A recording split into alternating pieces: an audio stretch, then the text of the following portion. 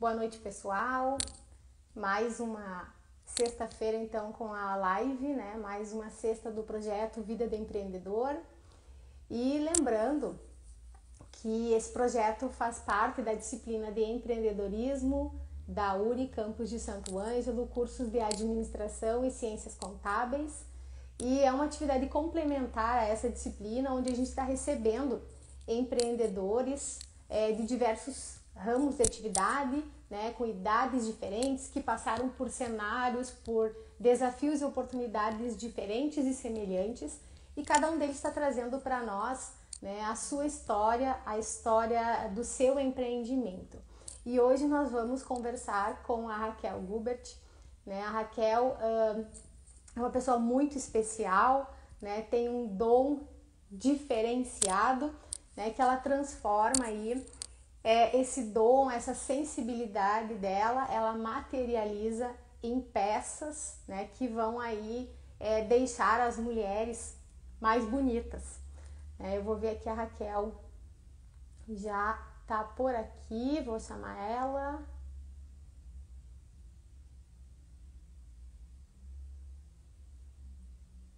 Vamos ver.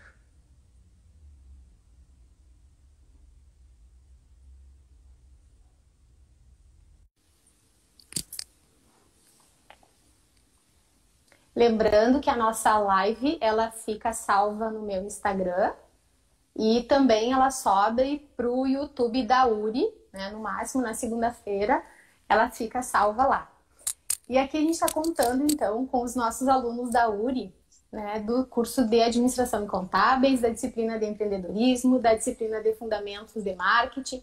E a gente tem aí também vários outros amigos empreendedores, tanto meus quanto da Raquel, né, que estão nos prestigiando, e alunos de outras instituições de ensino também, né? A gente tem o apoio da ANORS, que é a Associação dos Administradores do Noroeste do Rio Grande do Sul, o apoio também do CRA-RS Mulher, que é o Conselho Regional de Administração, né, com o braço para incentivar as profissionais da administração a ingressarem no mercado, né, e tomarem aí o espaço, né, enquanto administradoras e empreendedoras. Boa noite, Raquel. Oi, Vivi, que prazer estar aqui contigo, que é uma felicidade estar aqui nesse espaço, é uma grande responsabilidade, né, que eu sei quem é a tua audiência, então muito obrigada pelo convite, tomara que eu possa, de alguma forma, contribuir com a minha história, que continua sendo, na verdade, de aprendizado, né, essa trajetória a gente segue sempre como aprendiz. Com certeza, né, aprendi...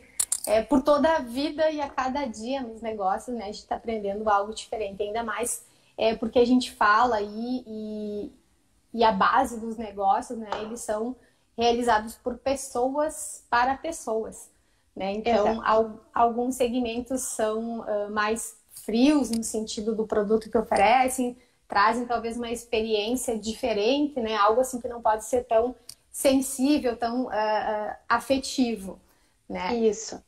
E não é o teu caso, né? Exatamente. Eu vejo que o teu caso é a atividade. Então, Exato, Raquel, Vivi. nós vamos começar assim. Eu vou deixar que você se apresente, né? A Raquel, a gente se conhece há bastante tempo, né?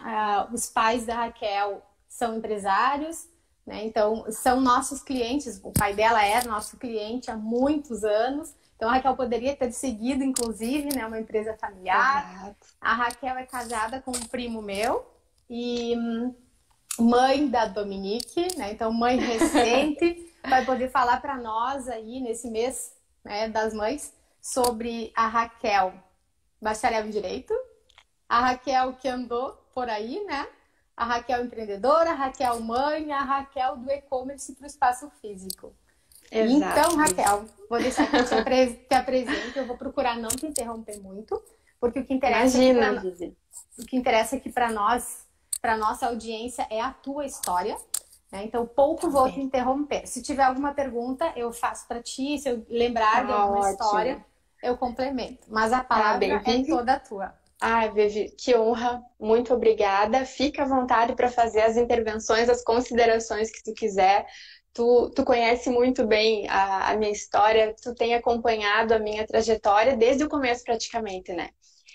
Então fica bem à vontade, né? Você já me apresentou, me apresentou muito bem, né? Então eu sou a Raquel, eu sou casada, eu sou mãe de uma menininha e eu sou uma empreendedora. Eu sou criadora fundadora da minha marca. Eu tenho uma marca de acessórios e sigo então nessa jornada de aprendizado, que é o empreendedorismo, né? Então, como a Vivi mencionou, eu cresci num ambiente comercial. Os meus pais são empresários. Eles tiveram a primeira oficina mecânica aqui da cidade de Santo Ângelo.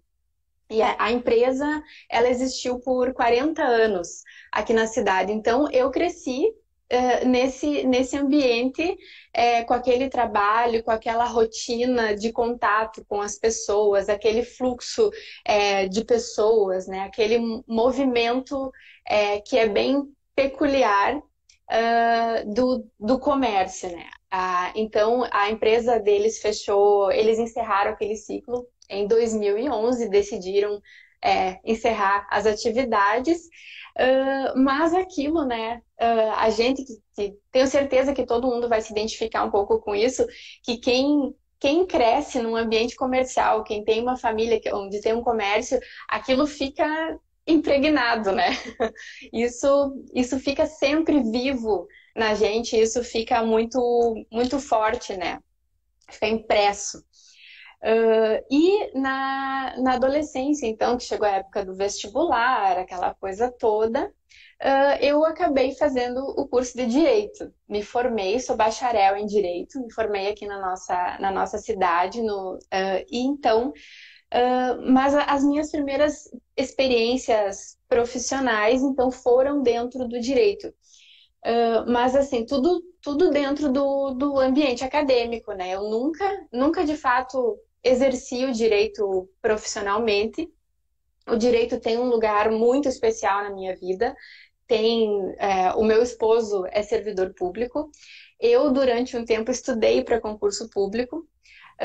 Mas sempre tive aquela pulsão de fazer algo diferente, né? De fazer algo que não tivesse a ver com a carreira do direito. Então, quando a gente estava fazendo, né, Vivi, pensando na nossa live, você colocou lá, por que empreender, né? E nossa, isso me fez pensar tanto, tanto, né? Por que empreender? Eu penso que um pouco desse desejo empreendedor já vem acompanhado das raízes, né? Já vem acompanhado da vivência, da experiência de vida que eu tive ali, vendo os meus pais assistindo e participando da vida deles. Né, a gente percebe o movimento empreendedor tem as suas nuances bem peculiares, né? Então, uma das coisas que a vida empreendedora nos proporciona, por exemplo, a autonomia do tempo, conquistas financeiras, fazer o que gosta, né? A possibilidade da gente fazer o que a gente gosta. E no meu caso, que eu tenho uma coisa assim né? Acho que todo mundo tem isso, mas eu queria muito assim, com o meu trabalho, dizer algo, né? Eu queria uma realização pessoal que pudesse ser aliada à atividade profissional, né? Então veio o desejo empreendedor cada vez se manifestando de uma forma mais forte. E eu fui deixando fluir, né? Poderíamos dizer que aí, nesta tua necessidade, vontade, nessa tua ação, tem o teu propósito? Tem. E é tão difícil, né? Quando a gente pensa no propósito, né? Quando nós pensamos no nosso propósito, É uma coisa difícil, porque mexe realmente muito com a nossa estrutura emocional, psicológica, né? O que vim fazer nessa vida, né? Mas eu sempre penso assim, ó, que através das minhas criações, eu desejo levar uma mensagem, desejo, como a gente falou, materializar alguns desejos, né? E fazer com que quem estiver usando possa expressar alguma coisa a mais da sua personalidade, algo de dentro de si, através dos acessórios, né? Então, essa mensagem, assim, ela objetivamente, a gente quase não consegue responder, né? Mas assim, é um querer expressar algo através de uma criação, né? Então, é muito artístico, é muito afetivo, como tu falou, né? Tem muito coração no desenvolvimento desse trabalho. E aí, então, quando que surgiu, assim, que começou esse movimento? Porque tu se formou, né, em direito, Isso. e aí tu não Aham. chegou a exercer, né, o direito de Exato. fato. Aham. O teu negócio, né, as tuas criações, eles aconteciam já na época da tua graduação? Ou foi depois que tu te formou por algum movimento da tua vida, no lugar que tu foi morar? Como é que Tá. surgiu, Foi. esse Tá. processo de criação? Esse processo. Bom, então assim, ó, a criação do meu produto, assim, isso começou como um hobby, né, na minha infância. Então, eu tinha um fascínio por acessórios e não era só uma coisa de usar, sabe? Eu tinha muita curiosidade, eu tinha uma tara ali, uma coisa diferente. Eu pegava os acessórios da minha mãe, eu desmanchava, eu queria ver o que que tinha dentro, eu queria saber como é que era feito. Eu tinha uma curiosidade e, claro, né, é muito bonito, eu achava muito bonito a gente se enfeitar, minha mãe super vaidosa, né? E então eu tinha aquilo como hobby. E isso acompanhou da minha vida toda, sabe? Desde a infância isso foi um hobby que veio me acompanhando. Eu lembro que na minha formatura eu fiz os meus brincos, sabe? Na formatura de direito. É, Então, assim, foi algo que permeou todas as etapas da minha vida. E eu já estava casada, há um tempo já havia me formado. Eu pensava assim, eu cheguei a estudar para concurso público uma época, mas aquilo ficava latente, sabe? E eu sempre pensava assim naquela ideia de transformar aquilo num negócio. E eu sabia, né, que quando a gente toma a decisão de transformar o hobby num negócio, então aquilo passa a ter um olhar diferente, aquilo necessita de um olhar diferente, né? Mas então teve um momento assim que eu decidi assim, não, eu vou tentar. Na época eu estudava para concurso público, então eu pensei assim, não, eu vou tentar, porque é algo, né, eu tô em casa, não tô trabalhando, eu vou experimentar. Então, ali começaram as primeiras produções, as primeiras abordagens de cliente, né? Eu muito timidamente fazendo isso. A minha mãe me ajudou nessa época, a minha mãe me ajudou a vender. E então, assim, quando aconteceram as primeiras vendas, eu senti que aquilo era um produto que poderia ser comercializado, né? Que tinha possibilidade comercial naquilo.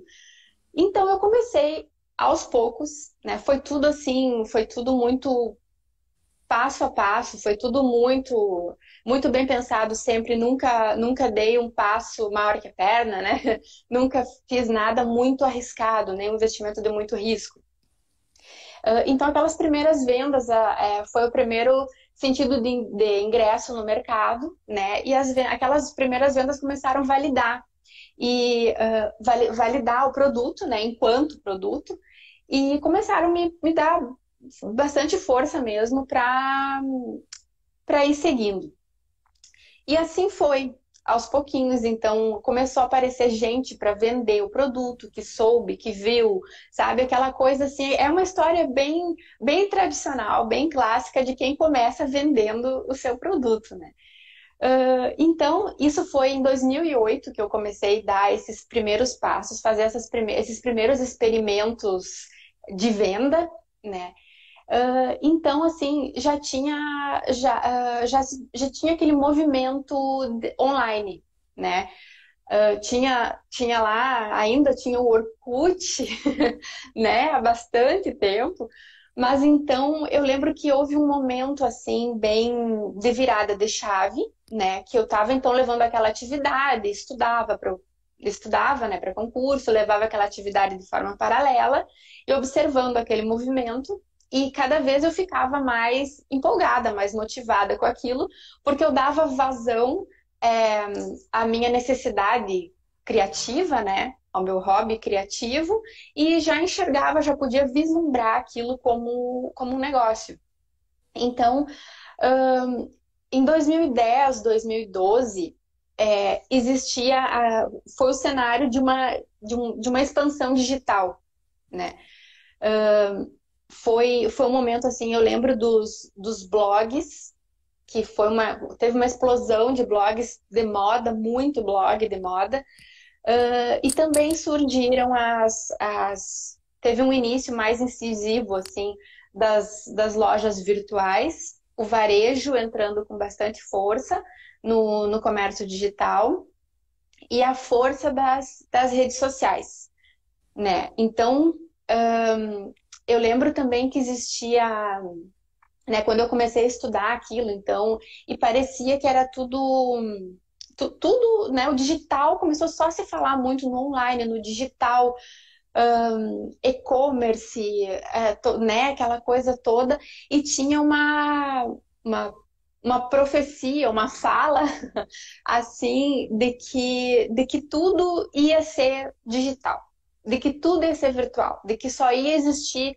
loja virtual, loja de comércio online dali para frente, que o comércio físico ia acabar, sei lá, existia uma coisa assim. E eu pensei assim, cara, como é que eu vou. Ah, loja online, né? Que legal. Como é que faz isso? Né? Como é que eu crio? E eu lembro até que naquela época eu acompanhava muito o blog da Dani Rosbach. Ela e a Vivi fizeram, eu amava, todos os dias eu ia lá olhar. Então foram as primeiras. Eu lembro assim que o blog delas era maravilhoso, como é o trabalho de rede social, ainda das redes sociais que elas têm hoje, e desde lá aquilo me influenciou muito, né? Eu sou muito fã delas, mas aquilo ficou bem marcado naquela época, né? Os blogs e tal. Então eu tratei de pesquisar como é que seria, né? Uma loja virtual, o que precisava. E na época, para montar um site, para você criar a sua loja virtual, era bem caro, era um investimento bem alto, muito, muito acima do que eu poderia fazer. Então, as minhas primeiras experiências de e-commerce foram dentro de um marketplace, que é o Elo7. O Elo7, eu acredito que muita gente conheça, ele é uma grande comunidade de artesãos, que vão, preponderantemente de artesãos, que vão lá e criam, né? Existem os espaços pré-montados, você vai lá, cadastra seu produto, e ali existe toda a estrutura comercial.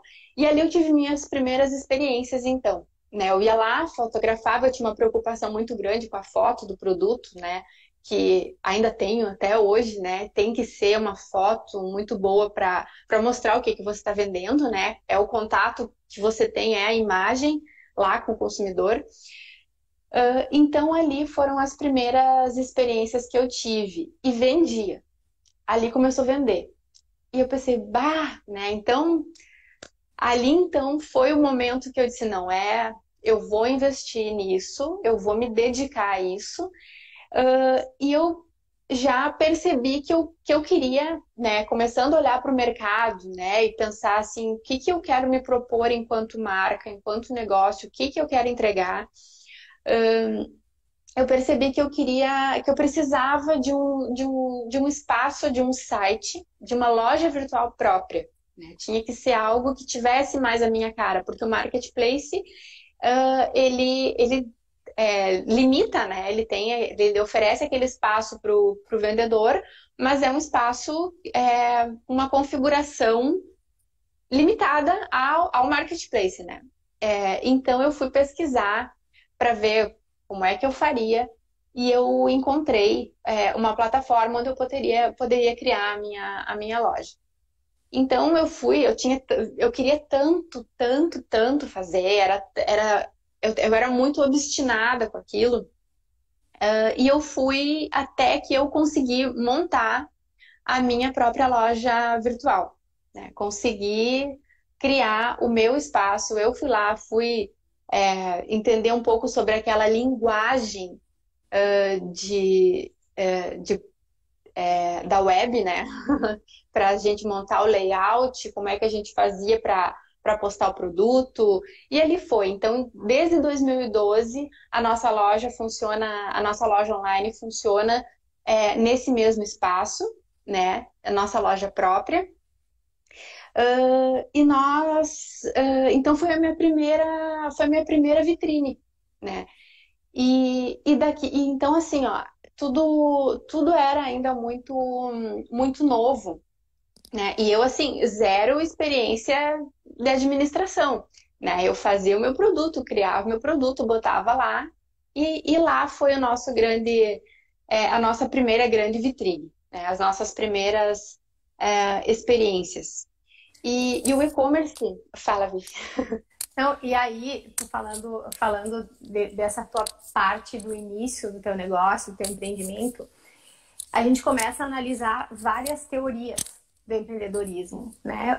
Começando aí pelas características do empreendedor, né? Como é que o empreendedor ele começa?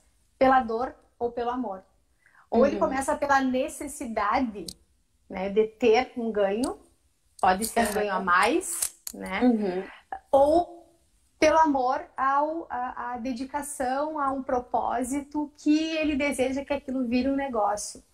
Exatamente. E aí a gente tem um outro fator que é bastante importante para quem vai começar um empreendimento pelo amor, é que esse empreendimento ele não pode ser a única fonte de renda. E aí tu tá num contexto familiar onde tu tem uma outra fonte de renda, né, que é da tua estrutura familiar. Então, assim, a gente vê dentro das principais características lá do início do empreendedorismo, essa questão, né? Eu empreendo pelo amor ou pela dor, pela necessidade ou pela oportunidade.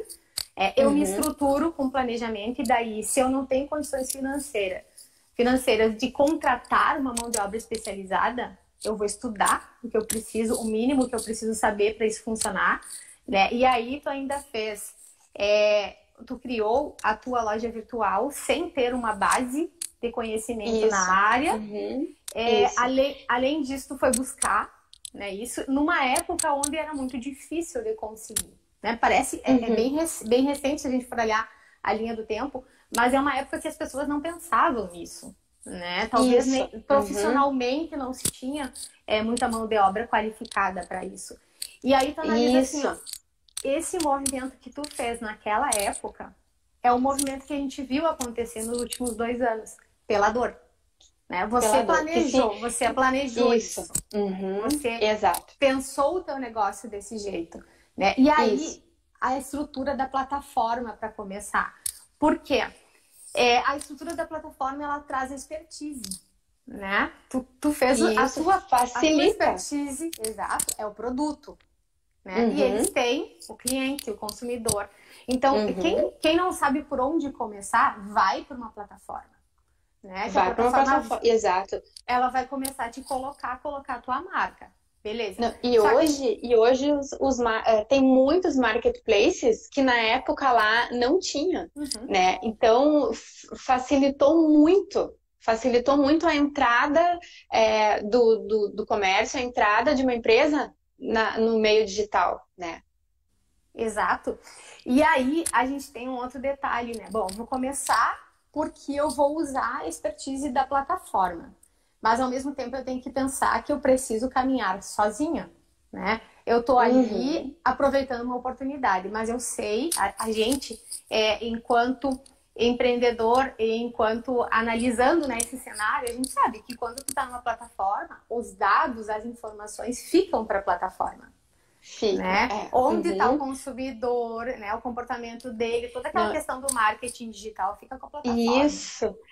E tinha também uma questão assim, ó, que para quem é mais, para quem tem um perfil mais conservador, que é bastante difícil, que a entrega de dados, né? Então já era mais difícil das vendas acontecerem, porque você vai lá, você vai deixar os dados do teu cartão, né? Poxa, né? Quem é que está lá do outro lado? Até que essa plataforma conquiste, até que essa empresa conquiste a confiança do consumidor, é um caminho a ser trilhado, né? Tem mais essa dificuldade, né? Esse obstáculo, né? Isso é um obstáculo do e-commerce, né? Conquistar a confiança do consumidor para saber quem é que está do outro lado entregando um produto, oferecendo um produto, né? E aí, uma pergunta. Por que tu optou por iniciar no e-commerce? Independente de ter sido a plataforma, o movimento inicial foi e-commerce. Por que no e-commerce? Tá, bom. Porque assim, eu penso que ali no e-commerce o e-commerce nos dá a grande vantagem de ter um custo operacional muito baixo, né? Muito baixo comparado a uma loja física, né? Então eu ainda era sozinha para produzir, eu era o negócio inteiro, né? Então ali era um ambiente muito oportuno para testes, né? Para ver qual seria, se o produto seria aceito no mercado, como que seria o movimento, né? Como a gente se posicionaria ali. Então, foi principalmente pelo baixo custo, né? Pelo baixo custo de investimento e aquilo ser, de fato, um comércio, né? Então, esse foi... E também pela grande vitrine, né? Pela grande vitrine que é o meio digital. Então foram as primeiras experiências também de contato com o público, assim, né, de um público mais amplo, um público que transcendesse assim os conhecidos, né, as pessoas mais próximas, né? Foi aquele momento que a gente chega e apresenta de forma pública o produto no meio digital. Então acho que foi isso, sabe? Foi baixo custo operacional, né? A gente arrisca menos quando a entrada do produto, né, é digital. É ótimo para dar início, né? O meu produto tem essa possibilidade, né? Porque ele né, é um acessório, é um adorno. Então, isso é o ambiente perfeito para se ter início. Então, pode falar, Vivi. E falando assim, ó, a gente pensando a operação, tá? O cliente comprou o teu produto e aí como é que funcionava a operação para você remeter? A plataforma certamente te calculava lá pelo CEP, tudo que a gente vê que continua acontecendo. Mas como é que funcionava a operação para você? Tu primeiro vendia para depois produzir? Tu tinha produzido para vender? Não, como é que controlava o não, estoque? eu sempre... Isso. Bom. Então, assim, ó, como eu fui... né, eu comecei, assim, a partir do meu produto, assim, muito cru, né, a coisa... eu produzia e lançava lá na plataforma, né? Lançava lá na loja virtual. E nesse tempo também, eu já estava formando uma equipe de vendedoras, que era uma equipe, né, que ainda hoje temos essa possibilidade de a gente trabalhar com a oferta direta do produto, né? Então, assim, eu pesquisava, ali eu já aprendi muito também sobre pesquisa, né, para a gente entender qual era a demanda. E foi muito teste de produto até que nós chegássemos aonde a gente está hoje, né? Até entender qual é o tipo de produto tanto que a gente quer oferecer, quanto aquilo que existe uma demanda de mercado, né? Então, mas o produto é fabricado previamente e nós colocamos na loja para oferta, né? Tá. Então, assim, eu recebia, ele ficava no site, o cliente ia lá, fazia a compra, pagava. A minha primeira venda online foi para Brasília. A minha primeira venda online foi para Brasília.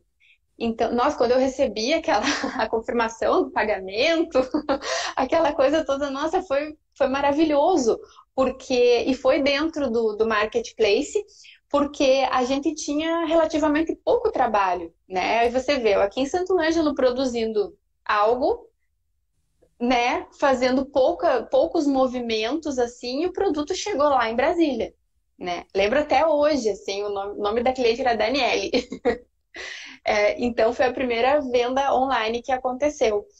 E então eu recebia o pedido, recebia a confirmação do pagamento e seguia pelos correios, né? Para o Uhum. destino.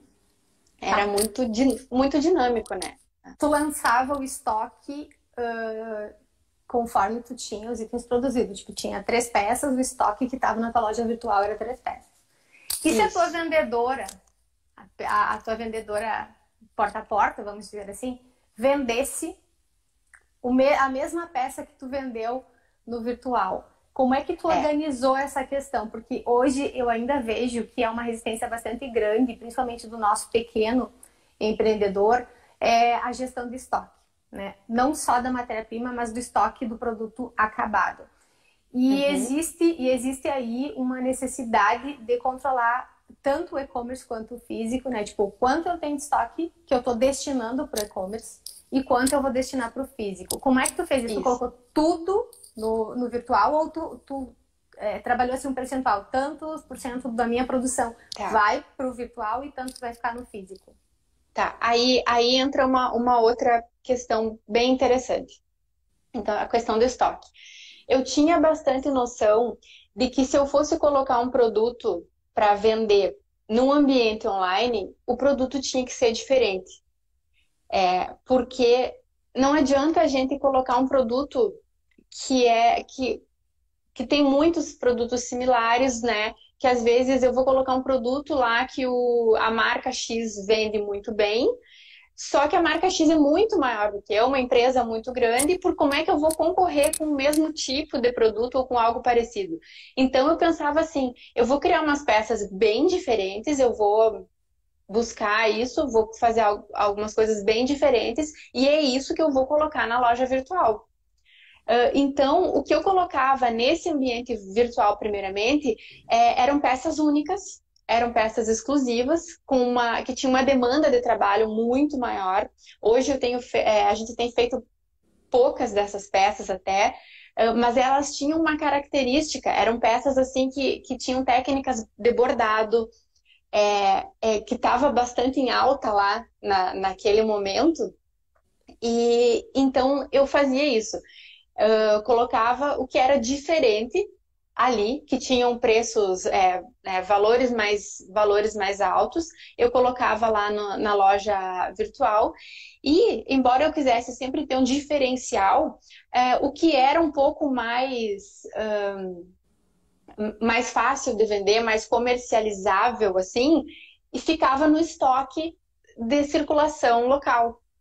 Então, assim que eu separava.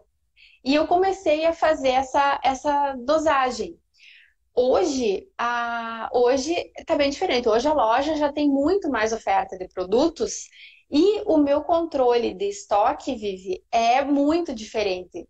Então, eu tenho um percentual que vai para a loja virtual e outro percentual que é para venda presencial, para venda direta, justamente para que não ocorra esse tipo de coisa. Então, né, se eu tenho uma peça que é exclusiva e está na loja virtual, eu não vou tirar ela daquele ambiente do estoque que eu sei que é para loja virtual. Mas isso é extremamente importante e eu sempre fiquei muito preocupada porque quando eu faço uma compra, online, a gente fica eu fico naquela expectativa, a gente fica naquela ansiedade para receber o produto. Aí imagina, eu sou uma pequena empreendedora, né? Uma marca que está iniciando, que está encontrando posicionamento no mercado, então esse erro eu não poderia cometer. Porque imagina daí a confusão, né? O transtorno que ia dar para o consumidor para a gente devolver o valor que ele, né? Ou então não teria como retirar a peça de uma cliente que comprou para entregar, né? Ia ficar chato de qualquer jeito. Então, esse cuidado eu sempre tive com a gestão do estoque, de não misturar. O que é da loja virtual é aqui, o que é da venda presencial é aqui, sabe? Então, isso sempre teve que ser muito bem cuidado. Tá, e aí, agora falando nessa gestão do estoque, do produto final, eu fiquei pensando assim, em algum momento tu fez a leitura do teu consumidor. Tu entendeu quem era o teu consumidor virtual e quem era o teu consumidor físico. E tu viu neles comportamentos diferentes. Tá. Quais foram as métricas ou que ferramenta tu usou para entender o comportamento do consumidor virtual e verificar que era diferente do teu consumidor físico? Tá, assim, ó. Hoje eu penso assim, ó, o público-alvo, né, ele tem, a gente trabalhava até quando eu comecei a fazer os cursos, Vivi, que eu comecei a buscar mais informações sobre empreendedorismo, nós sempre estudamos sobre a persona, né, e o que eu tenho visto sobre a nossa persona é um comportamento mais, como é que eu vou te dizer, mais fluido, sabe? Eu tenho, assim, o meu público maior tem entre 25 e 50 anos. O meu público maior. Então, é uma escala grande, né? É uma escala grande, assim, de diferença de idade. Mas eu penso que hoje o público, ele se homogeneiza mais pelo lifestyle, sabe? Pelo estilo, do que por algumas características que seriam mais triviais de uma persona, como idade, sabe? O que ela faz. Então, assim, e dentro disso também eu procurei desenvolver linhas de produto que pudessem agradar, né? A gente manter a identidade do produto, a identidade da marca, mas que pudesse agradar um pouco mais, assim, né? Ter mais elasticidade, vamos dizer assim, na nossa persona. O que eu vejo? Existe uma diferença talvez maior na idade das pessoas que consomem o meu produto online, sabe? Normalmente as pessoas que consomem o meu produto online, elas têm acima de 40 anos. E as vendas online, elas também acontecem assim, ó, de produtos de maior valor, sabe? Acho que essa que é a maior diferença entre o meu público digital e o produto de venda, o público que consome no digital e o público que consome na venda presencial, sabe? São nuances muito pequenas. São nuances muito pequenas. Assim, não sei se eu respondi a tua dúvida. Sim. Eu só ainda fiquei com a dúvida quanto à ferramenta que tu usou. Se tu teve algum ERP, se tu teve algum gestor de marketing digital, né? Se tu usou alguma ferramenta específica para fazer essa mensuração. Porque hoje a gente sabe, vai ali no Instagram, tu olha os insights, no próprio Facebook, tu consegue fazer essa leitura, mesmo que tu não seja da área, tu consegue mais ou menos entender qual é o horário que o teu público acessa, quem é ele. E, inclusive, tu consegue ver qual é o teu público que só assiste, que tu só entrega conteúdo, e aquele que converte em dinheiro. Que consome. Exato, exatamente. E é bem diferente, né? Uma coisa da outra, aquele que só consome teu conteúdo e aquele que realmente converte e que ainda tem a reincidência, né? Que vem, faz uma segunda, uma terceira, uma quarta compra. Isso. E que seja recorrente. Não, não, Vivi, assim, as ferramentas que eu usei, assim, eu fui bem... foram as métricas que a gente faz depois no balanço de vendas, assim, sabe? Para ver, assim, quem que tá consumindo, quanto que tá consumindo. É bem importante você falar isso sobre o nosso público das redes sociais, né? Porque converter em vendas é uma questão à parte, né? Existe realmente um público que nos acompanha, que eu sei que gosta da marca e que tá ali verdadeiramente, né, de coração, seguindo ali como fã, mas não é um público consumidor do produto, Uhum. né? São fenômenos, são fenômenos bem curiosos, né? E realmente a conversão em vendas, essa métrica nós tivemos de forma pela nossa experiência ali. Não tive uma ferramenta que eu tivesse feito essa mensuração. E aí, Raquel, todo o movimento, né, do e-commerce, da tua loja virtual, e aí tu aumentou a tua equipe de vendas, veio mais para o físico, manteve as duas coisas. E no início do ano passado, né, tu já vinha com um sonho há mais tempo, né? Mas Isso. aí no início Aham. do ano passado eu vi, né, tive o prazer de acompanhar o início do processo da materialização do teu sonho, que era ter um espaço físico. Por que Exato, tu, Vivi. por que que tu pensou o espaço físico depois que tu já estava tendo negócios virtualmente, né, com um custo menor, uma estrutura menor, né, podendo investir aí um recurso maior em marketing digital que te convertesse, né? E aí tu trocou, ou melhor, tu nem trocou, né? Tu agregou um custo a mais, que é Agregamos. o Uhum. espaço físico. Então, por que o físico nesse momento que tu já estava estabelecida no digital? Isso. Por quê? Bom, então, quando eu comecei, Vivi, lá em 2008, lá a idealizar o negócio, eu sempre pensei, né? Comecei a sonhar, né? Comecei a sonhar com aquilo.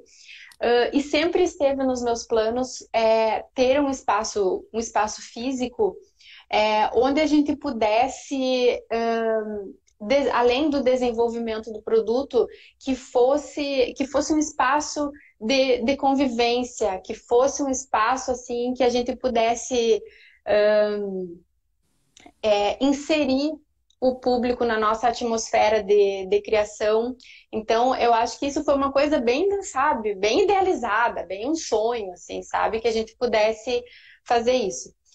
Com o passar do tempo, né, na prática ali no trabalho, no dia a dia da caminhada empreendedora, então eu tive um primeiro espaço que foi meu primeiro ateliê, né? Foi um momento assim, foi em 2016 que eu vi que a casa estava ficando pequena, né? Para conseguir dar seguimento ao trabalho. Então eu senti assim, aquele momento foi o momento de sair de casa e de tirar o trabalho de dentro de casa. E isso já nos coloca num patamar diferente, né, de trabalho. Ali eu percebi muita diferença já de encontro com o público, mas era um espaço bem pequeno, você conheceu, você esteve lá comigo várias vezes, aquilo foi, o trabalho, a marca foi aumentando, foi crescendo. Eu contratei uma equipe para trabalhar na produção, aquele espaço começou a ficar pequeno. E aquele sonho do espaço maior continuou existindo. Então, assim, toda essa caminhada que a gente tem do e-commerce, a gente percebe também que não existe uma coisa desvinculada da outra, sabe?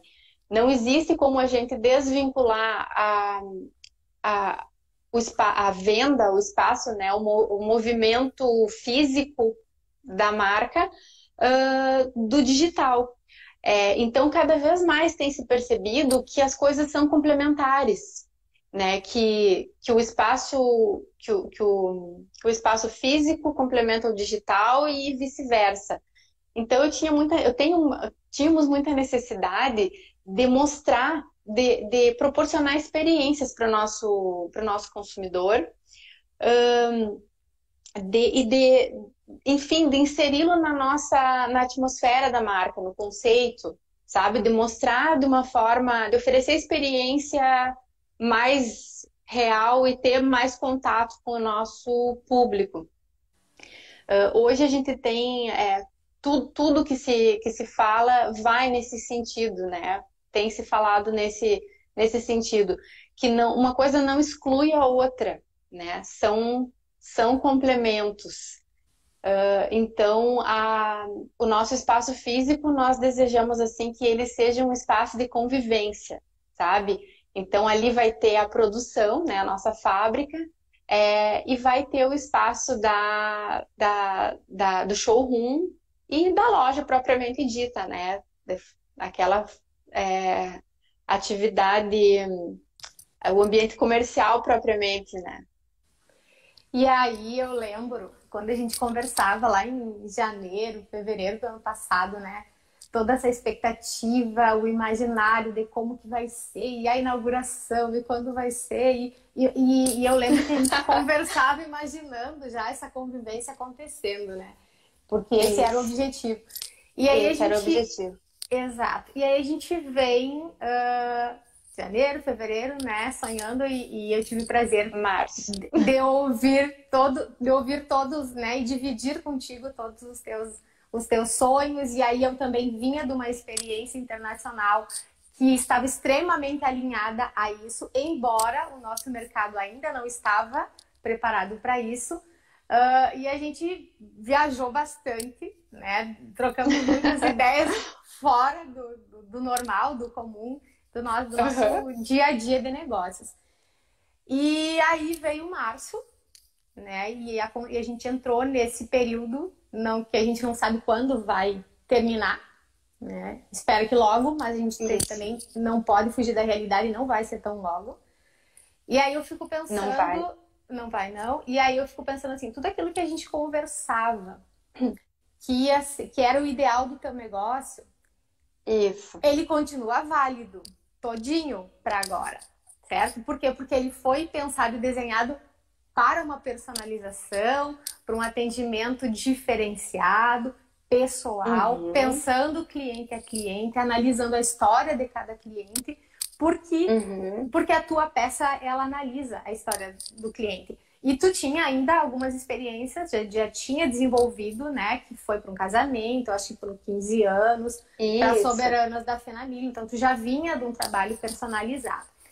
E aí eu te pergunto assim, ó, de março para cá, né? Tu viu que o mercado reagiu bastante voltado para a experiência que tu queres oferecer. Isso. Né? Então, quer dizer, o teu negócio, o teu projeto inicial de 1 ano e pouco atrás, ele tá na onda, né? Tá aí para ser surfado, porque ele está extremamente atual.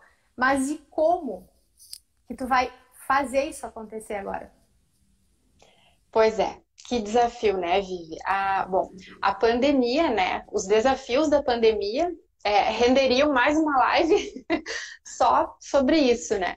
Porque foi realmente, né? Foi bastante, foi um impacto bem forte, assim, que eu senti, assim, pessoalmente eu fiquei super abalada mesmo, assim, fiquei muito triste e foi aquele balde de água fria, né? Assim, naquele momento, assim, não vai ser agora, o que vamos fazer?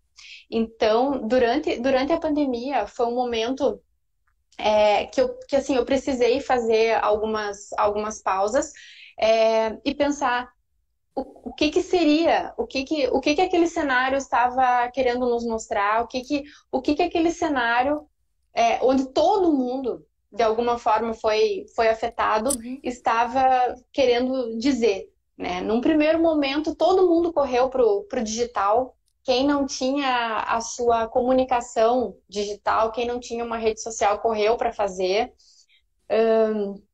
E o meio digital ficou inflamado, né? Ficou muito mais difícil de se atuar pelo viés puramente digital, né? E-commerces, todo mundo criando seus e-commerces, enfim, todo mundo tentando fazer. E eu parei, assim, ó, nesse momento para estudar um pouco, para ver assim, que ajustes eu tenho que fazer. O que é isso que está acontecendo? Então, foram necessários, de fato, assim, ó, várias reconfigurações nas nossas estratégias, inclusive de produção e oferta de produto. Por exemplo, o cancelamento de eventos também nos afetou, porque nós, né, nós tínhamos agendas para noivas, né, para debutantes, assim, então daquelas peças personalizadas que nós desenvolvemos. E de repente aquilo foi parando e teve um impacto muito forte.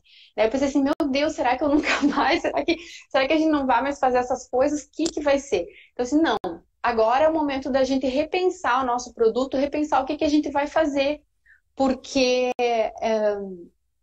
o mercado de acessórios, de bijuterias, semijoias e joias, ele é um mercado maravilhoso, ele é um mercado excelente de se trabalhar e sempre existe a demanda por esse produto. Né? A necessidade do embelezamento, a necessidade de se adornar é intrínseca do ser humano.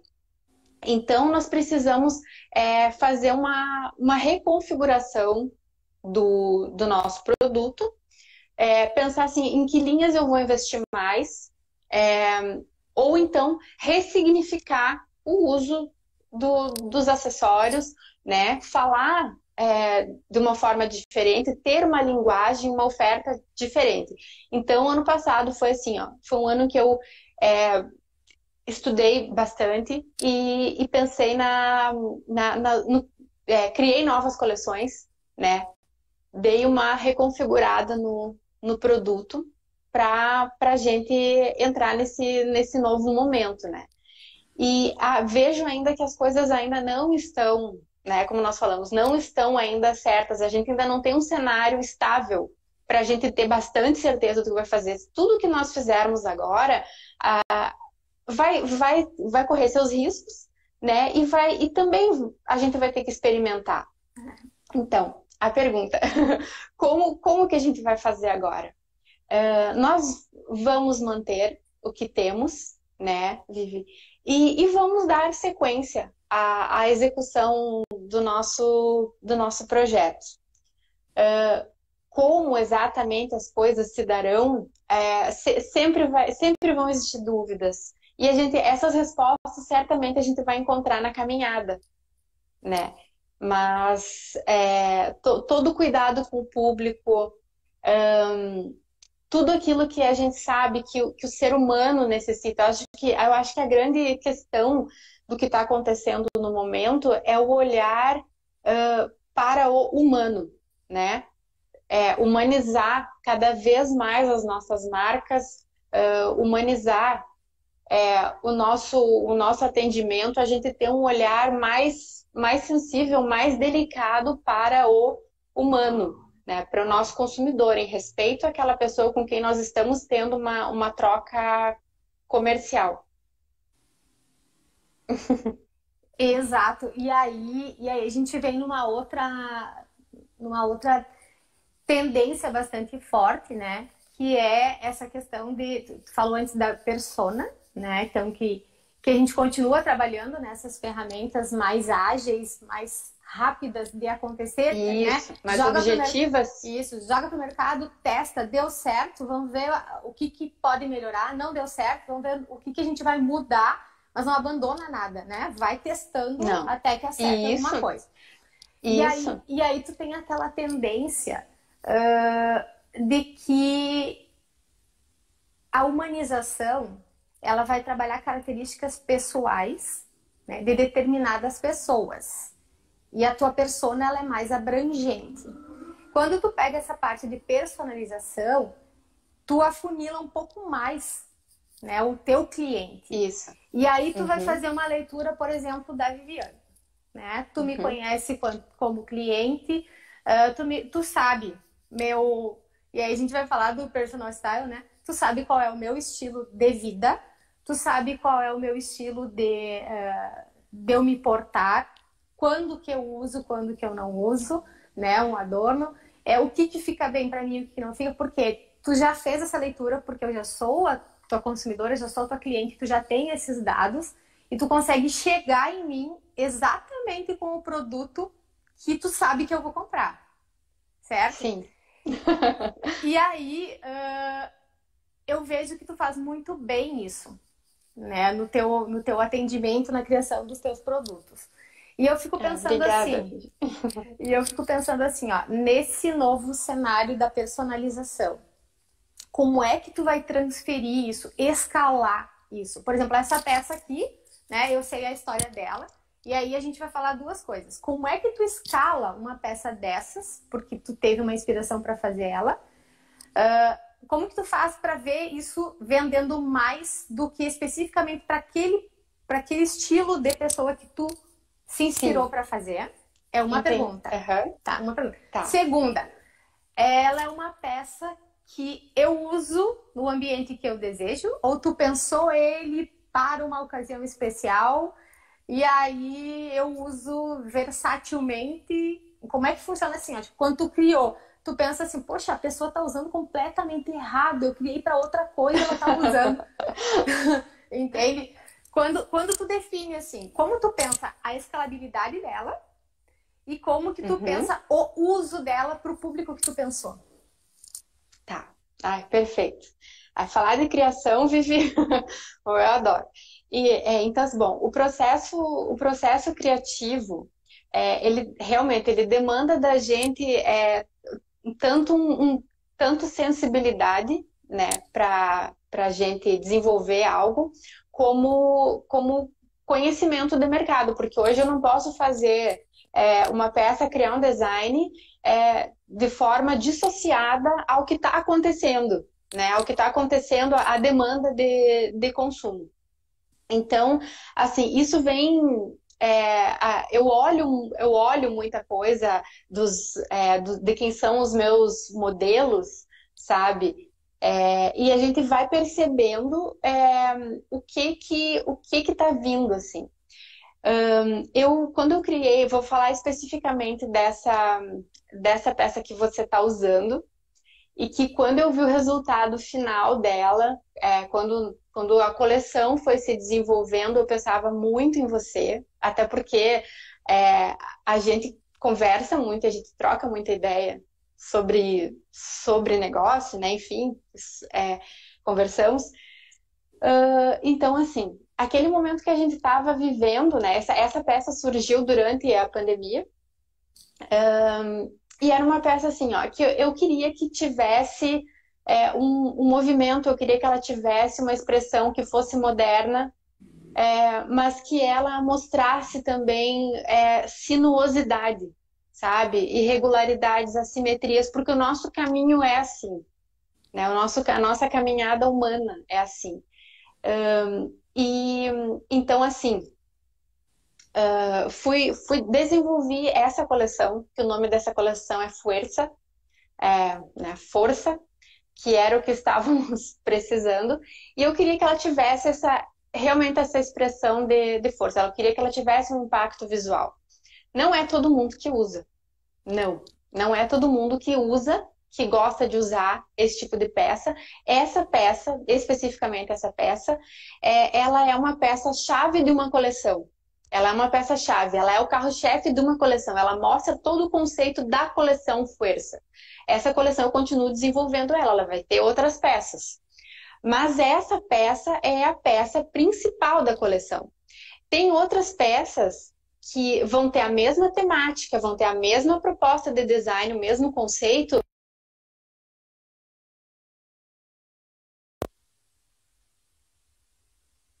Pessoas que não tem toda essa que não tem esse estilo, que não tem essa dentro de si toda essa ousadia de agir, entende? Mas que continua tendo o mesmo conceito. Não sei se eu estou respondendo, Vivi, a Sim. tua a tua pergunta. Então, assim, não, eu sei quando eu crio uma coleção que aquelas peças não vão agradar a todo mundo. Mas eu preciso fazer com que o todo da coleção chegue a muitas pessoas. do meu público, de quem eu Uhum. conheço que vai Sim. usar. Então a gente cria com a mesma temática. Então essa é a peça mais forte, mais emblemática Vou da tirar. coleção. Vou Isso. colocar, né, mais E pertinho. ela é toda moldada à mão. Embora seja uma peça que envolva um processo de artesania bastante apurado, ela é uma peça toda moldada à mão, né? Toda a fundição dela, toda a torção desse ferro, ela é feita à mão. Então, né, não é todo mundo que vai conseguir se sentir à vontade e se sentir bem, conseguir se expressar usando uma peça assim dessa imponência. Mas a mesma coleção traz o brinco tem o mesmo conceito de design, mas ele é muito mais delicado, ele é muito mais suave. Tem o bracelete, vai ter outras peças, entende? Então eu procuro assim fazer com que essa coleção ela tenha mais abrangência a partir de ofertas diferentes do mesmo conceito. Acho que é Tá. isso. E aí, assim, ó, quando tu desenhou a peça, certamente tu imaginou como que ela seria usada. E, Uhum. obviamente, para aquele momento, e para o momento que a gente está passando. E aí tu imaginava, assim, ó, ela sendo usada com uma, sei lá, uma blusa de algodão, assim, de golinha que pode Sim, ser alta. sim, exato. Ela não Porque é assim, uma peça que deveria ser festiva, porque eu já usei ela com hum, regatinha de alça, tranquilo, aham, né? Com gola rolê, tranquilo. Só que assim, ó, não te machuca olhar uma criação tua sendo usada de uma forma que ela não foi pensada para ser usada? entendi. Bom, Vivi, eu sempre penso assim, ó, que quando eu vou criar, né? Hoje eu tenho mais esse pensamento. Por mais que a minha proposta seja uma no momento da criação e que a peça seja pensada por algo, né? Assim, isso aqui é para tal momento, é para tal coisa. Eu sei que a interpretação quem fará essa leitura vai colocar o que está dentro de si, né? Então eu penso assim, ó, eu preciso que essa peça tenha a possibilidade de ser usada de manhã, de tarde, de noite, né? Eu procuro fazer com que as criações sejam versáteis.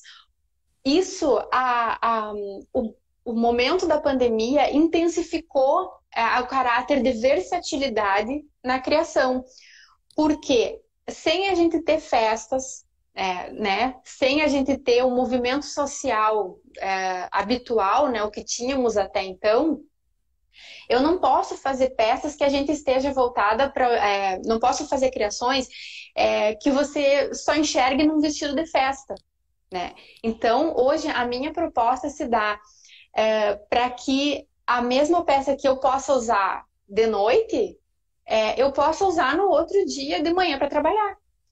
E eu já tive noivas que usaram, que compraram o brinco, que fizemos o brinco delas para aquele momento da noiva, e ela depois me mandou uma foto com o jaleco do trabalho, sabe?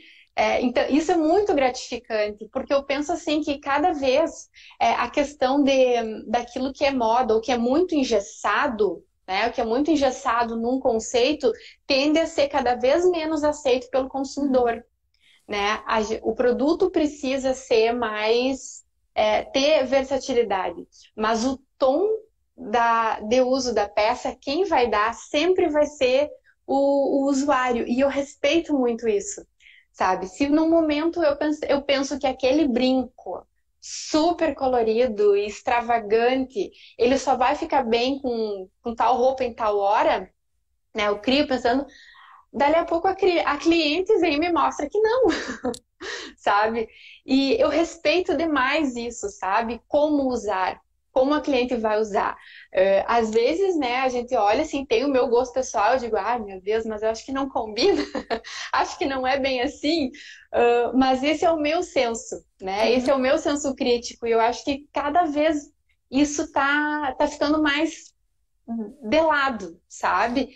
Tem várias peças. Eu amo TV, assim, e é exatamente essa ideia de você usar essa peça no momento que você acha que deve usar, como você acha que deve usar.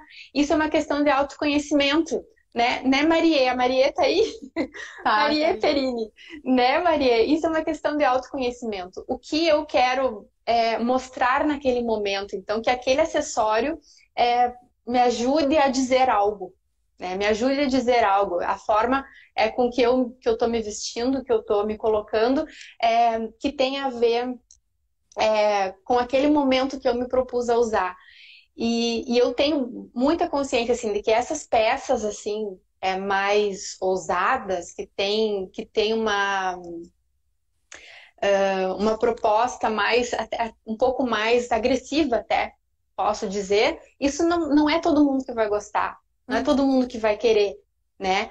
Mas que esse acessório, de fato, esse é o propósito, assim, sirva para que a usuária dele possa se expressar através dele, né? Então, quando você me diz que você consegue usar o mesmo acessório com uma regata de alcinha, sabe, com uma roupa toda aberta, ou que você usa com uma blusa de gola, isso para mim é a glória, sabe? Então, assim, o objetivo foi atingido. Que você consiga usar esse acessório a teu favor no momento que você quer, na hora que você deseja. E aí a gente traz outra tendência bastante grande, né? Que é o essencialismo e a sustentabilidade. E a Marie complementou aqui, dizendo que também é autoexpressão e comunicação, exatamente o que tu falou. Perfeito. E entra nessa proposta, né? É uma peça que ela precisa... ela é moderna para agora? Mas ela vai continuar moderna, de acordo com o meu estilo de vida. Eu vou poder usar... Por exemplo, ontem eu tava com o brinco de pérola em colar de pérola. Quanto tempo existe pérola? Continua moderno? Tem gente que gosta e tem gente que não gosta. Só que é o meu estilo de vida permite que eu use um colar de pérola num dia e um acessório uma peça de metal totalmente personalizada, diferenciada no outro dia, né? Isso. Até porque eu sou bem eclética, então. Isso, Vivi. Isso tem tudo a ver com a tua personalidade, tem tudo a ver com quem você é. Essa é a grande proposta, né, dos acessórios, né, da criação. E eu fico muito feliz quando eu vejo esse movimento, assim, ó, dessa quebra de paradigmas, assim, no que diz respeito ao que a gente está usando, porque até pouco tempo, sabe, eu acho que ainda existe isso, mas tem cada vez mais isso está se diluindo, as tendências de moda e as modas, sabe, que vão surgindo numa cadeia de produção muito frenética. Isso ainda é uma realidade, mas que tende a cair, porque tudo tem que ser usável, né? Tudo tem que ser usado o tempo todo. A gente não pode comprar um produto hoje pensando assim, ai, ano que vem não vai estar na moda, sabe? Eu já me senti muito frustrada há alguns anos atrás, quando eu fazia uma compra, né, de alguma coisa que estava super na moda e a gente cai, né, na compra da moda, e daí no outro ano já não se usava mais, sabe? Mas eu gostava daquela peça, eu ficava bem em mim. E sabe, essa troca, esse ritmo de mudança, então, assim, isso vem ao encontro, né? A gente saber o que comprar e dar vida longa para o uso das nossas escolhas, isso precisa existir, né? Isso precisa ser uma máxima quando a gente vai comprar alguma coisa. E é exatamente isso que tu falou sobre a sustentabilidade, né? A gente não pode fazer coisas e comprar coisas que sejam descartáveis, né? Isso que, coisas que, né, que não sejam sustentáveis. Então, no ateliê eu tenho uma, uma máxima que assim, ó, a gente, nada daqui, a gente não produz resíduo. A gente não produz resíduo. Se o produto rodou e não vendeu, ele volta para o nosso estoque, a gente vai desmanchar e tudo que for possível de se reutilizar dele, a gente vai fazer a limpeza, vai dar mais um banho naquela peça, mas a gente vai transformar ela em algo. Então, assim, a gente não cria resíduos. Tanto da nossa matéria-prima mais limpa, né, que é o que a gente, o que não tem fundição, quanto aquilo que vai ser fundido. Então a produção é pequena, e tudo a gente pensa que tem que ser reaproveitado, né? E então assim, mas a criação já é feita para ser mais que tenha no sentido de que tenha uma vida útil mais longa possível, né? Para que não seja descartado, né? Então a escolha da matéria-prima, tudo tem que estar alinhado com esse pensamento de sustentabilidade.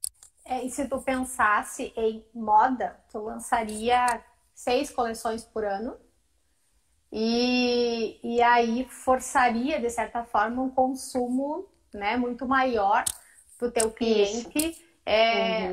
O investimento, né, financeiro também maior em função da oferta que tu traria. Né? Então eu vejo que o teu processo de criação já é pensado, né? Nessa sustentabilidade, na longevidade do uso da peça, na versatilidade dele. Sempre foi, né? E mais ainda agora nesse período, eu acho que tu conseguiu traduzir todo esse tem, né? Tudo isso que a gente está vivendo agora nessas novas coleções, né? Que tu desenvolveu.